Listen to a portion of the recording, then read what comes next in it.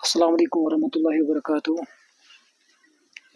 आज हम एक अच्छी जगह पे आए हैं।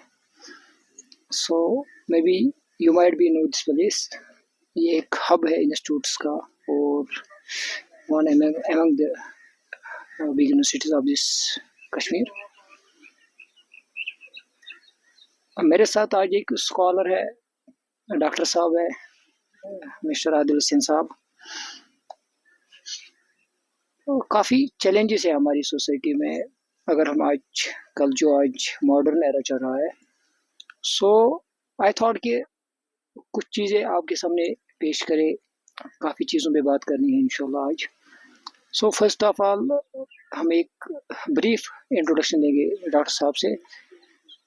This is mister as well as doctor Adil Hussain साहब।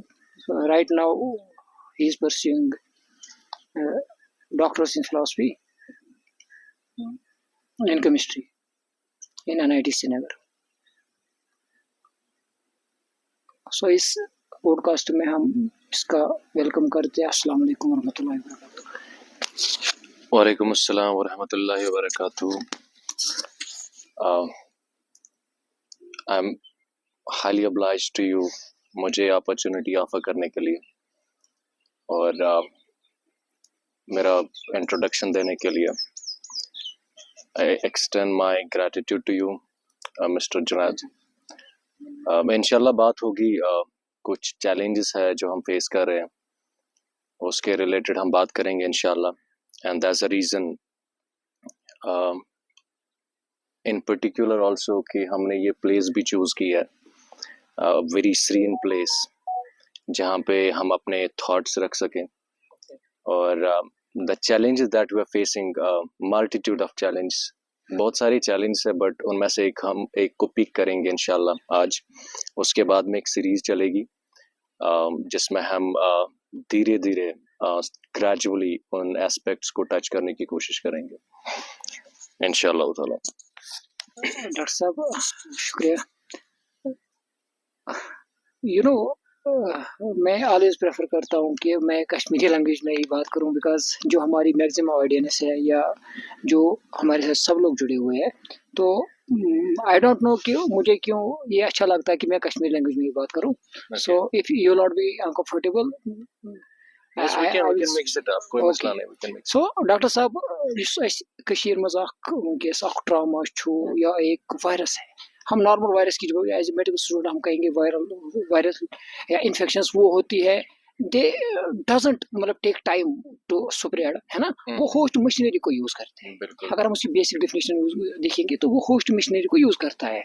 तो दैट मीन्स कि जब हम कश्मीर में इशूज़ की बात करेंगे तो सोशल मीडिया एक ऐसा इशू है, अगर हम social media, because just like a virus, है ना, उसने हमारे दिमागों को, उसने हमारे जहनों को इतना डिवेट किया है।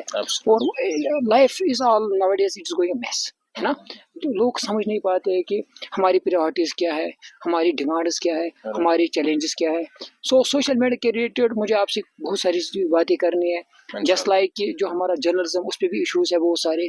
और जो एक यूथ है, नॉर्मली में हम यूथ को ही टारगेट करते हैं, because youth is a cream of our society, है ना। तो जब हम यूथ को देखते हैं कि आजकल Instagram, even Facebook there was a time कि फेसबुक एक आइकॉनिक प्लेटफॉर्म था जहां हम अपनी बात रखते थे, है ना, सोसाइटी को कुछ देते थे।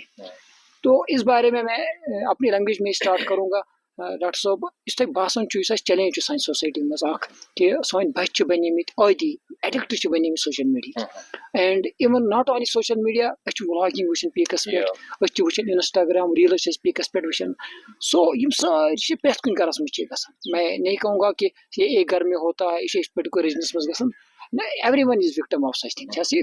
तो अत बारस मज क्या ख्याल कि सोशल मीडिया कत हदस तमत पे यूज करुन, और अत मज क्या प्रोज एंड कॉन्स। सान तालब इलम बस जनरली वन कि लकुट generation even 5th 6th 7th 8th 9th 10th, these are the growing birds of our generation, है ना। हमारी कौम की ये वो इमर्जिंग बर्ड्स है। जब उन पे मेहनत नहीं होंगी, जब उनको ये समझ नहीं आएगा हम किस डायरेक्शन में जा रहे हैं, हमें कौन सी प्रायोरिटीज है, हमें आगे कौन से चैलेंजेस है, तो अत बारस मज तुंद ख्याल जान क्योंकि मैं इनको अपने ऑडियंस को कहना चाहता हूँ कि डॉक्टर साहब काफ़ी सोशली एक्टिव है। इसने बहुत एग्जामाइन किया इन चीज़ों पे, अपने डिबेट्स रखते हैं, कभी पॉडकास्ट भी ज्वाइन करते हैं। इवन जो इसके आर्टिकल्स होते हैं मोस्टली वो सोसाइटी को एड्रेस करते हैं। और एज एन इंटेलेक्चुअल हम कहेंगे कि एक इंटेलेक्चुअल की रिस्पॉन्सिबिलिटी बनती है कि वो सोशल इश्यूज को एड्रेस करे। तो डॉक्टर साहब इस बारे में आपका तबसर क्या है, जो आजकल की यंग जनरेशन है इसके बारे में आप अपना थोड़ा सा तबसर दीजिए। I believe you have struck the right topic at the right time. I must say, maybe delayed, but at the right topic you have struck.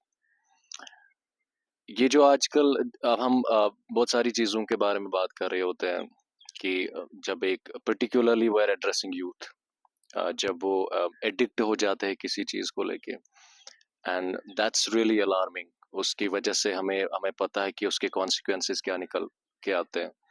इसी तरह से है सोशल मीडिया की एडिक्शन। मैं आपको एक चीज़ बताऊं, personally I've experienced this. There's a term called D square, dopamine dependency. कि मानो मैंने कोई पोस्ट अपलोड किया किसी सोशल मीडिया साइट पे से फेसबुक या इंस्टा पे, then I am very curious कि मैं देखूं कितने लाइक्स मेरे पोस्ट पे आए, कितने कमेंट्स आए। उसकी वजह से मुझे एक वो ना डोपामीन हिट होता है कि I get little ecstatic, exuberant for a while कि अच्छा मैं I'll check it, मेरे पोस्ट पे कितनों ने कमेंट्स किए, क्या रिएक्शंस है।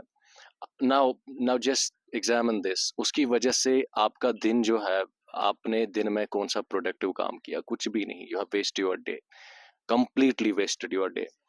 तो उसी में आप रहते हैं।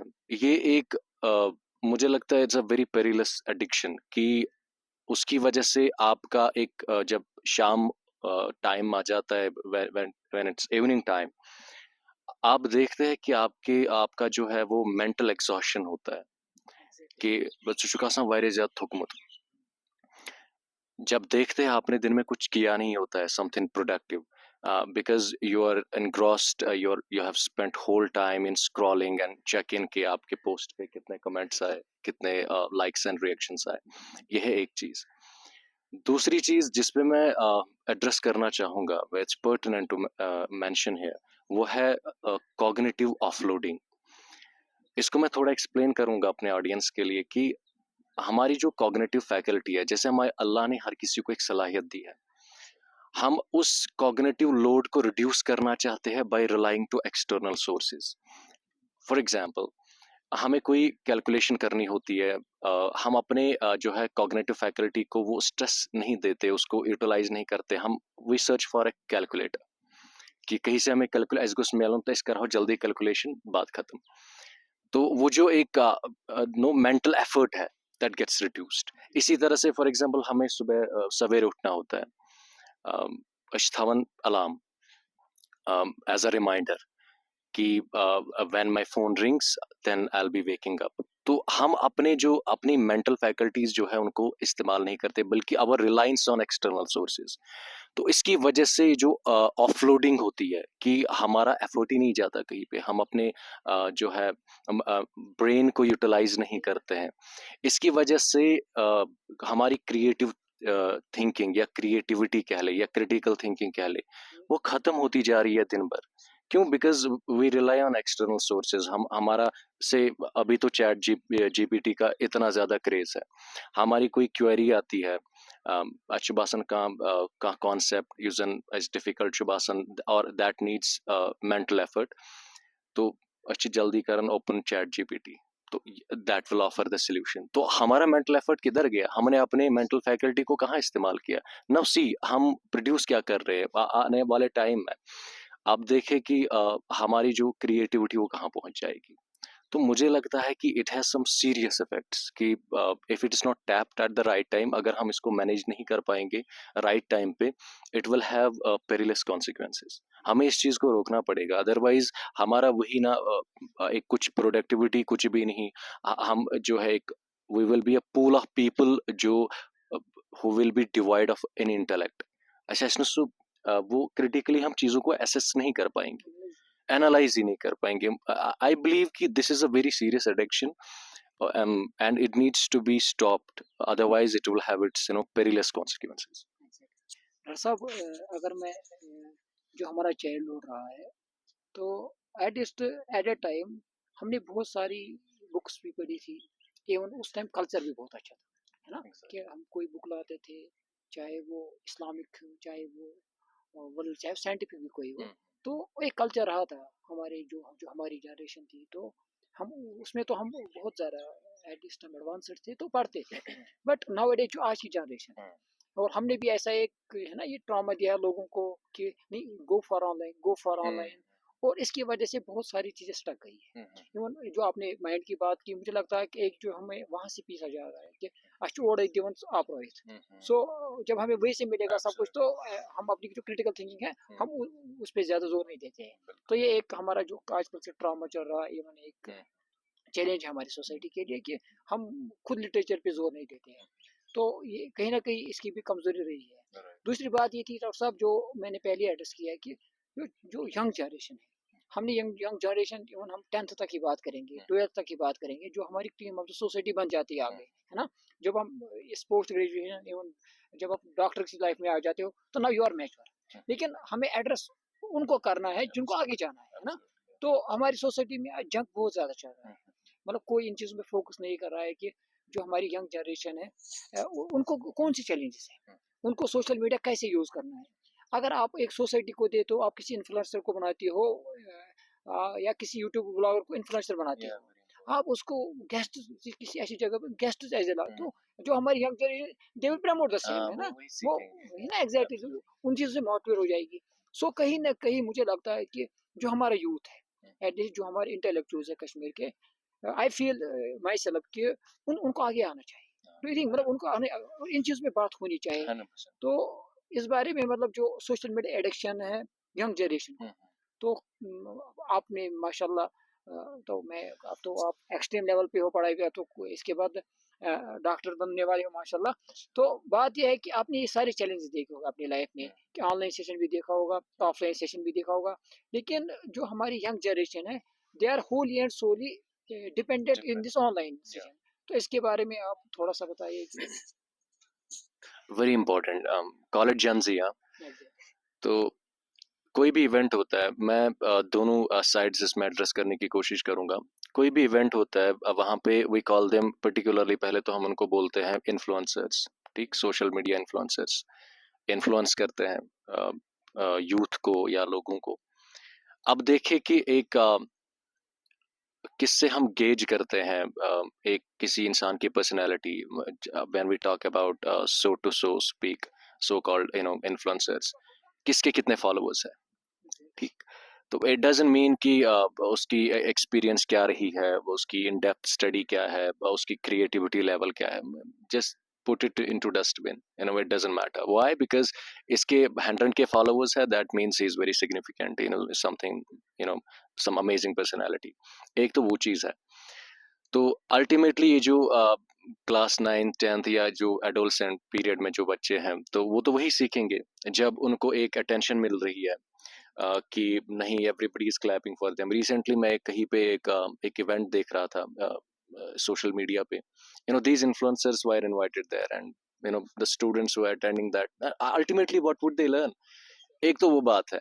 चलो, दूसरी बात, जो ये इंटेलेक्चुअल तबका है, लास्ट टाइम भी मैंने बात की है, who can be an intellectual, कोई भी जो सोचता है, अपने इंटेलेक्ट को इस्तेमाल करता है, उनको आगे आना पड़ेगा, and they have to set an example.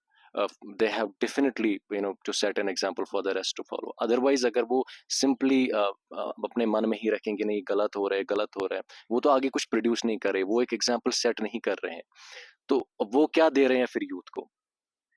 अगर वो चाहते हैं कि उनको इनविटेशन मिले, तो इस वक्त हम देख रहे हैं कि सोशल मीडिया ऐसा प्लेटफॉर्म है जहाँ पे where you can showcase your talent, your potential, आप अपना कंटेंट रख सकते हो। इसमें दोनों किस्म के कंटेंट चलते हैं, पॉजिटिव भी नेगेटिव भी। तो as an intellectual it's your responsibility, your obligation कि आप आगे आए, आप पॉजिटिव कंटेंट प्रोड्यूस करें, आप यूथ को इंस्पायर करें कि what's right and what's wrong, कि जो आप पाथ फॉलो कर रहे हैं इसके क्या कॉन्सिक्वेंसेस हो सकते हैं, ठीक?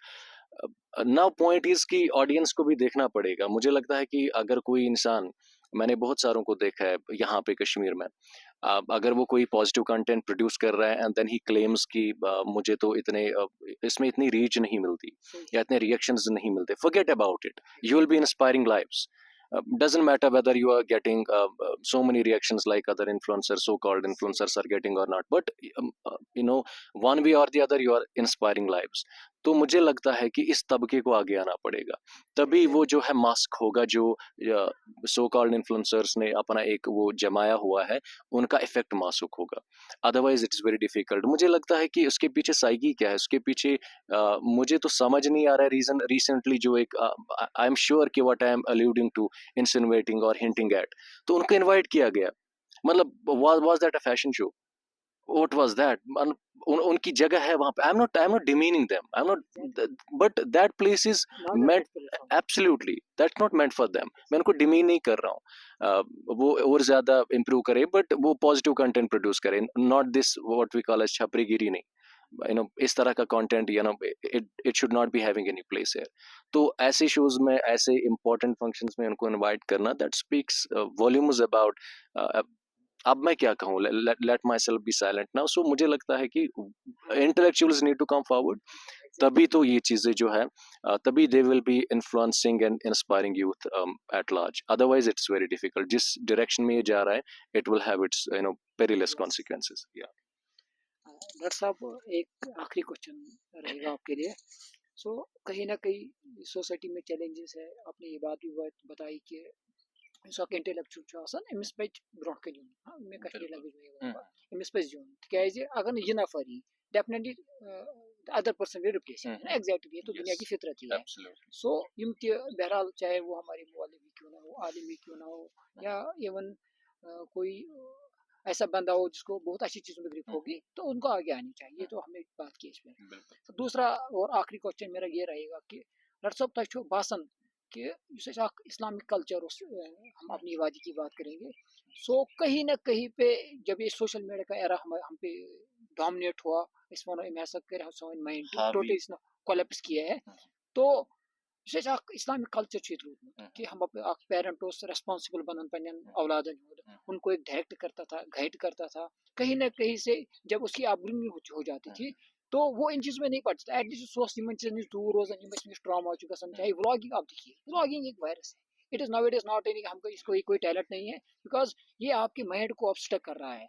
आपको ठीक नहीं लगा मैं ठीक कर रहा हूँ या गलत कर रहा हूँ, मैं सड़क पे कर रहा हूँ, मैं मस्जिद में कर रहा हूँ, मतलब आपको ये डिफरेंस भी नहीं होती है मैं किस जगह पे खड़ा हूँ।